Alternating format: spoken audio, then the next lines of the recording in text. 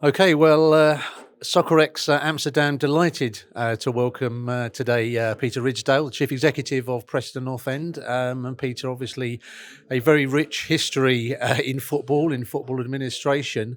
Um, Obviously, going back on all of the clubs and things you've been involved with, there's been clubs like Barnsley and Cardiff and Plymouth, and obviously the Leeds situation as well.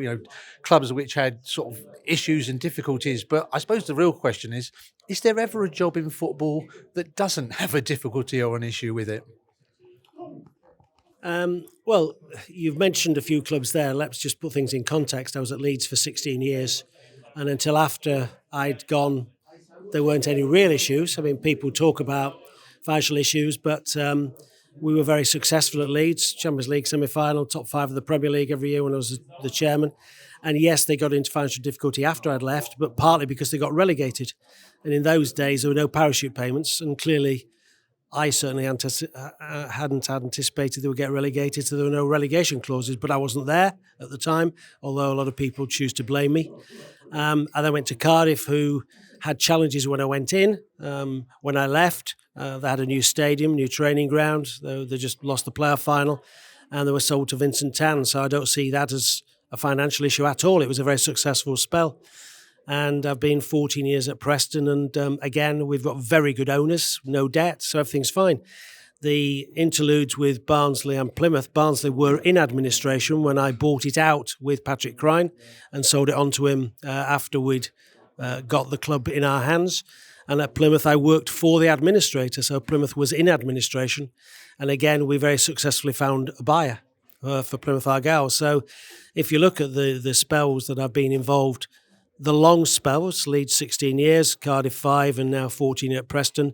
I'm happy that the period I was there weren't financial issues.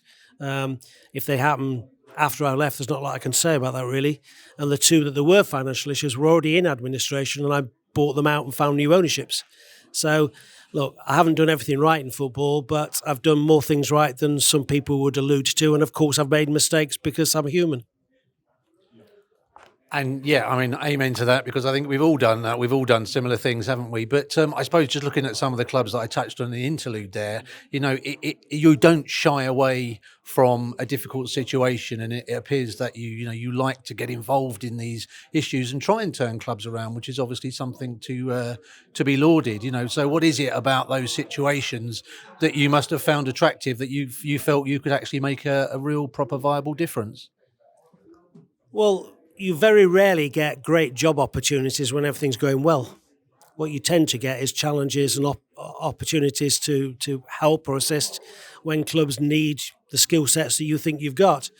I did a number of retail jobs which were sort of turnaround specialist type jobs, or launching companies from scratch like QVC in the UK, which I was its first chief exec and launched it in '93.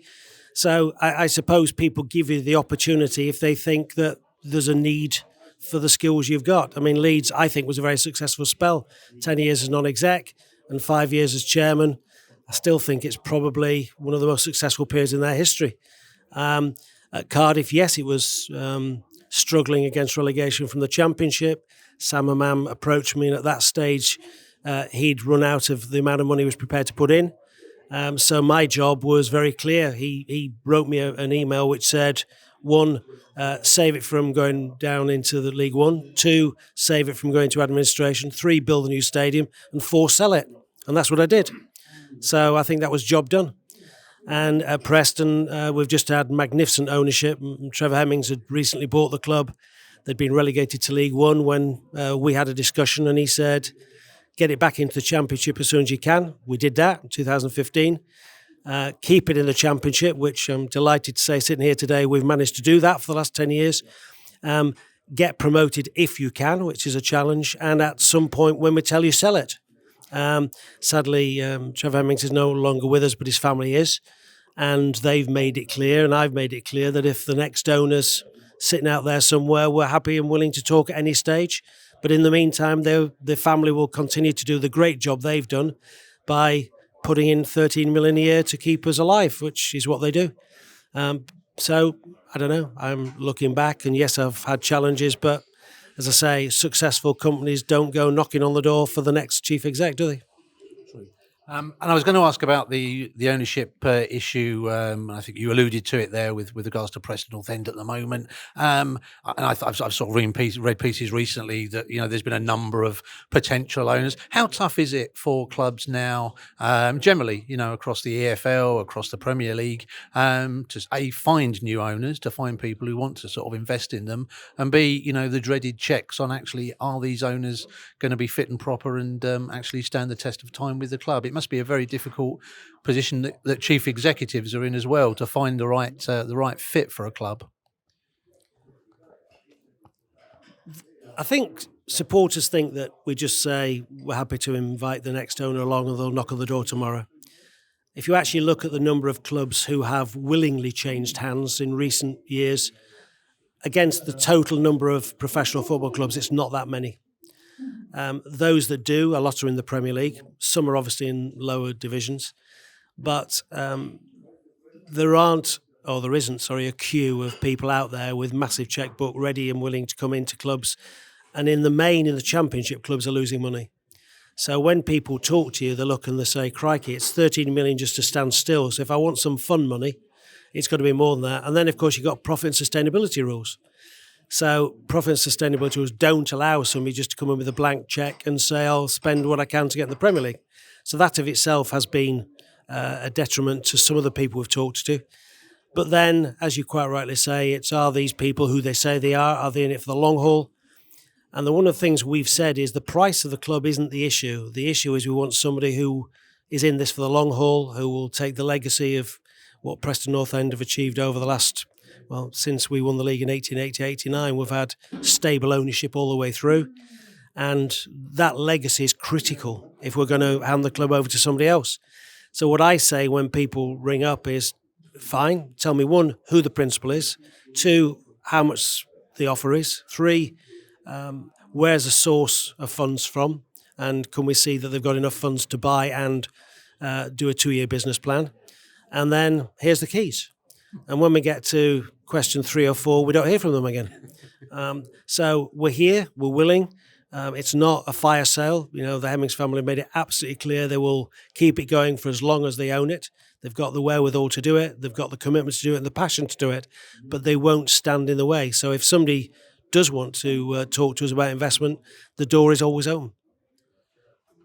Obviously, fans will look at various roles in football clubs, and chief exec. It must be a very easy role. You just turn up and watch the games. Obviously, people involved in football will know that you are the club. You are the community side of things. You are the financial side of things. You're the marketing side of things. You are on the pitch. I mean, how do you look at all of those different areas? And you must feel the responsibility for literally every aspect of a football club. The challenge that we face, to be frank, is you've got an owner who, quite rightly, it's his money and he says this is how much I'm prepared to put in. You've got a manager who, again, justifiably wants you to spend and invest as much as possible to give them the best chance on the field of play. And you've got supporters who demand success, feel they're entitled to success. And to be frank, we would like to deliver that success for them. But that balance isn't easy. One is it's not my money. So as the chief executive of the football club, I think a number of our supporters take to social media regularly and say, you need to sack Ridsdale, he's not good enough, he's not doing this, in the perhaps naive belief that if they sacked me, suddenly the checkbook changes. It doesn't change if they sack me, it changes maybe if we change ownership, but again, time will tell. But all I am doing is doing the best I can with the budget that I'm given. Everybody inside the club understands the budget. The ownership are totally clear on what they're prepared to put in, and that's a dream because they tell me in advance how much they're prepared to put in, and we do our best with that amount of money. The issue in any sport and football is that only one club can win the league, 3 go up. Of the next 21, 3 of the rest of the 21 go down into the division below, and the rest of us survive. That's not acceptable to supporters worldwide. They just want their clubs to do well. But there are relatively few winners, and it's getting harder because, as you've already said, there are some clubs where the ownership might have changed, and we've seen big spending power come into clubs like Birmingham and potentially Wrexham, Time will tell, in their first year in the Championship. But you've also seen big spending go into clubs who've either gone then into administration because they only can't sustain it, or they've been relegated. Clubs close to us, Wigan, twice they've had to change ownership since Dave Whelan left. Bolton have had to change ownership.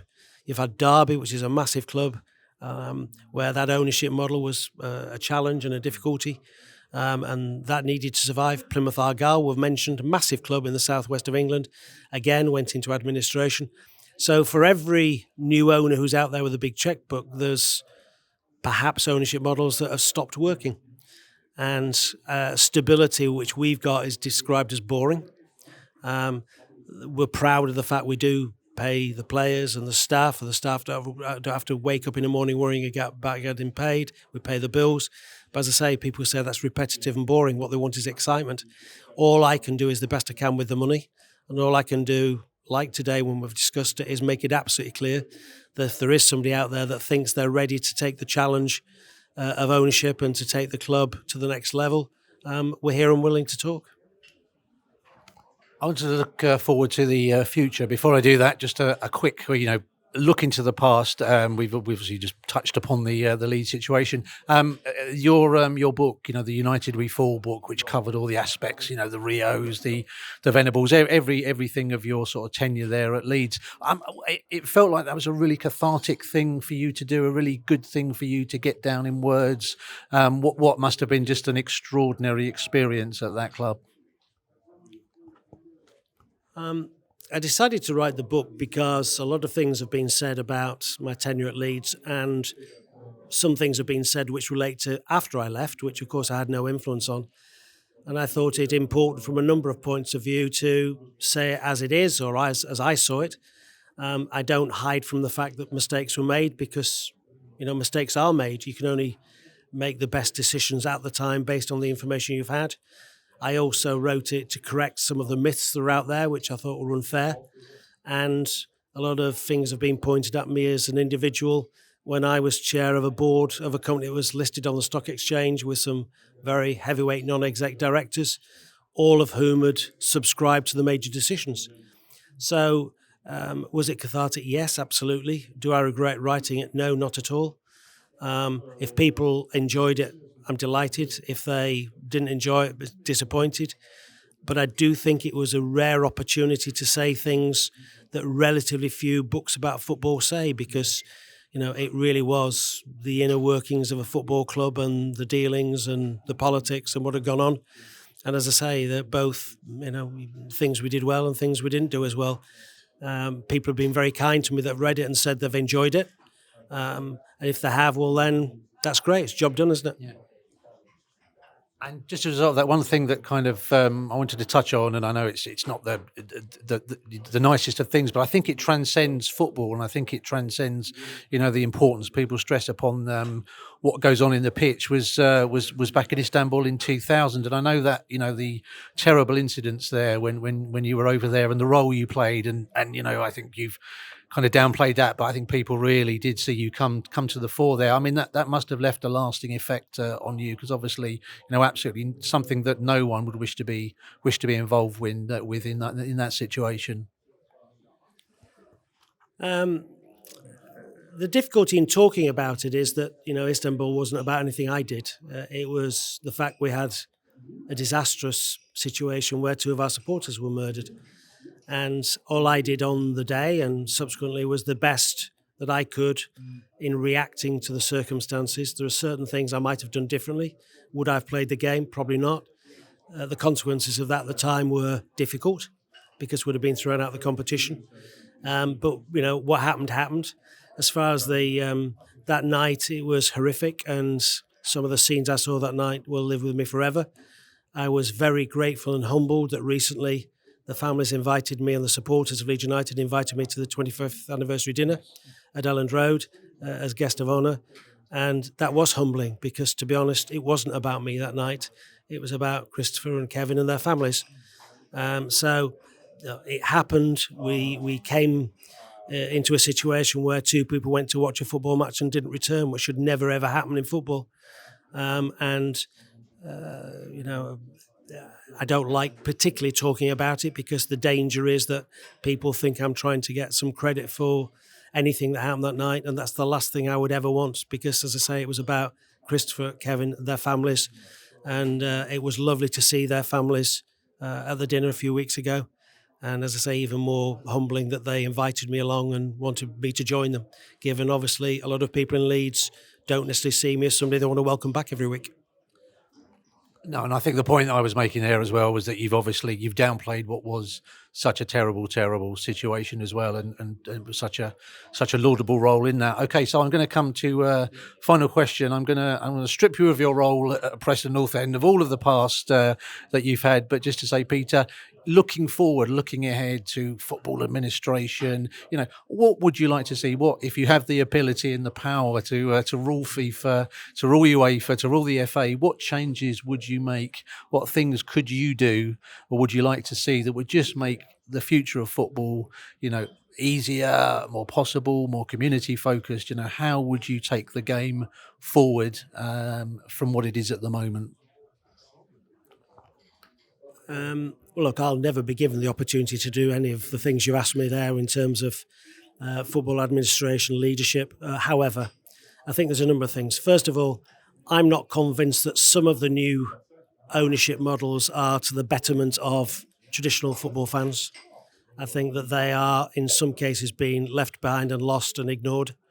And as somebody who was a football supporter who ended up in the boardroom, I don't think you can ever dismiss the support and the loyalty and the family traditions. We saw that at Goodison Park, and we just saw the emotion that was outpouring there of people whose families had supported Everton for years, and obviously what it meant moving away from Goodison Park to Bramley Dock.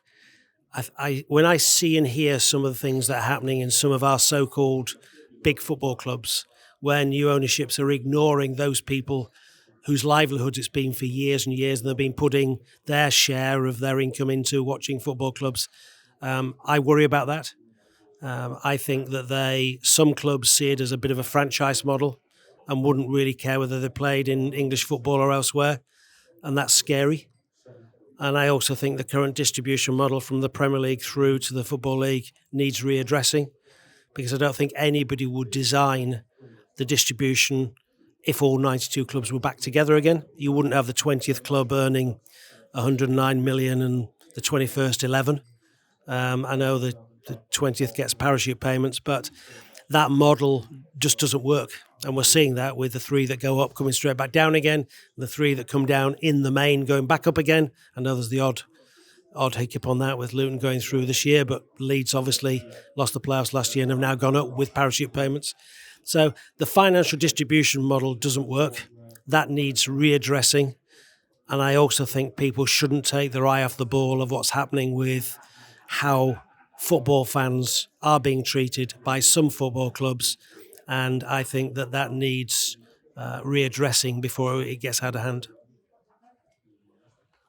Peter, many thanks for your time today. Many thanks for the time you spent in football as well. It's been a pleasure to speak to you and also to follow you throughout the recent years as well. And we've been delighted to have you here at Soccerex Amsterdam. Thank you. Thank you very much.